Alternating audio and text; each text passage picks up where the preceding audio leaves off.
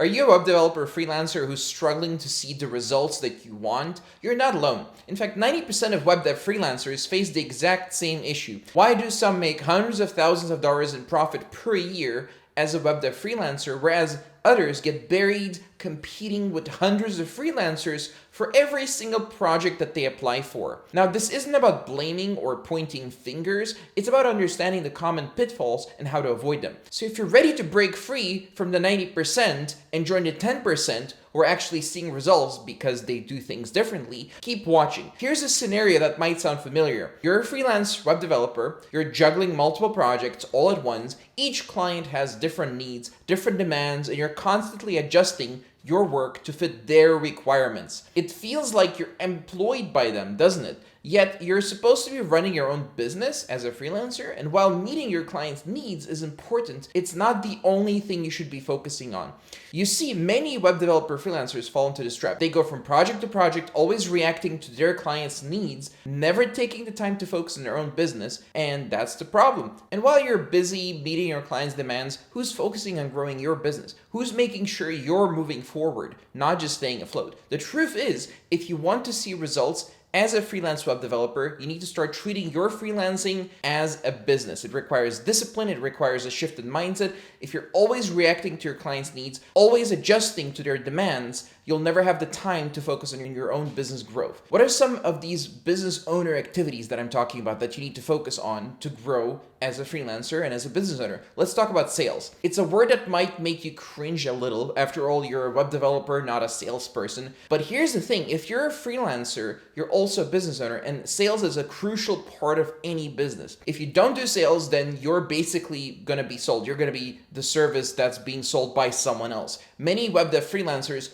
overlook this. They focus on their own technical skills, their coding, their design skills, but they neglect their sales process. And that's a big mistake, because without a solid sales process that fits into the rest of your business, you're basically going to be one of those people who's struggling to find clients, to close deals, and to grow your business. So what does an effective sales process look like? Well, it's not just about selling, it's about finding the right clients, setting clear expectations, and ensuring that your clients are satisfied with your work. First, you need to find the right clients. Some will value your work, respect your time, and pay your rate so you make a profit. Others will demand the world, pay nothing, and leave you feeling frustrated and undervalued. Your job is to find the former and avoid the latter. And that requires a clear understanding of who your ideal client is and a strategy for attracting them. Next, you need to set clear expectations. This means being upfront about what you can do now and how long it takes and how much it will cost. It means communicating clearly and regularly, keeping your clients informed of every step of the way. Your client needs to agree that they have a big problem and that you have a great way of fixing it. Then your client needs to see proof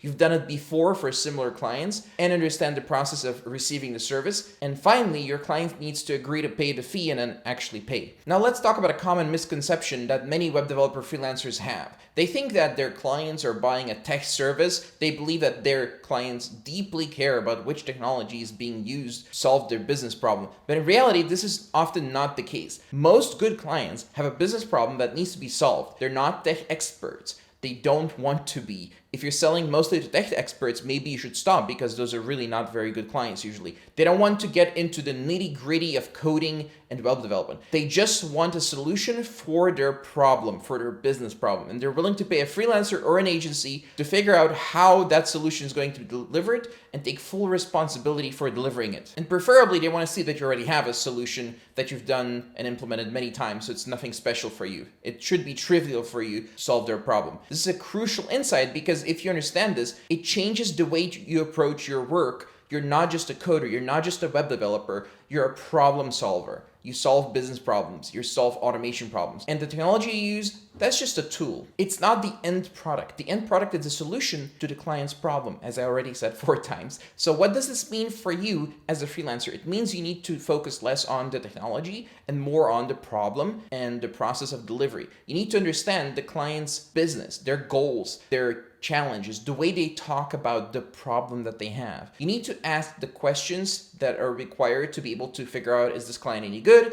And then how to deliver to this client to the best of your ability. So listen carefully and think creatively. And then you need to use your skills and expertise to come up with a solution that meets their needs. This doesn't mean you need to change what you offer or how you deliver. It means what you offer needs to meet their actual real needs. Otherwise, you should get a different client. You're a web developer, you're great at what you do, you can code, design, troubleshoot, and more, but running a successful freelance business, that's a whole different ballgame. Many freelancers face this challenge. They're technically skilled, but when it comes to the business side of things, they're out of their depth, and they struggle with marketing, sales, finance. They struggle with crucial business skills that are required. They don't know if their projects even make a profit if they hire help to help with the project. They don't understand their profit margin needs to be 70%. And this lack of business skills can be a major roadblock on their freelance journey. As a freelancer, you're not just a web developer, you're a business owner.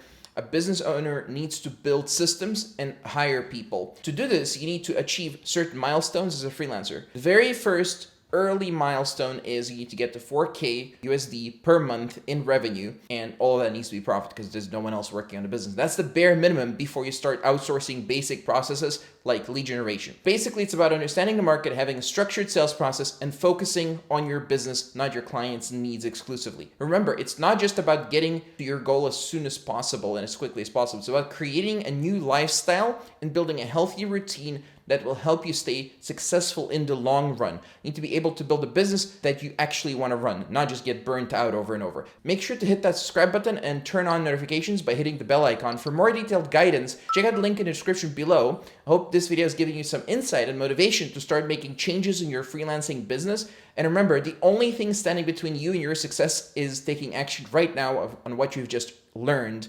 So start implementing these tips today, and I'm confident you'll start seeing results. I'll see you in the next video. Again, the link is in the description to keep watching and learning.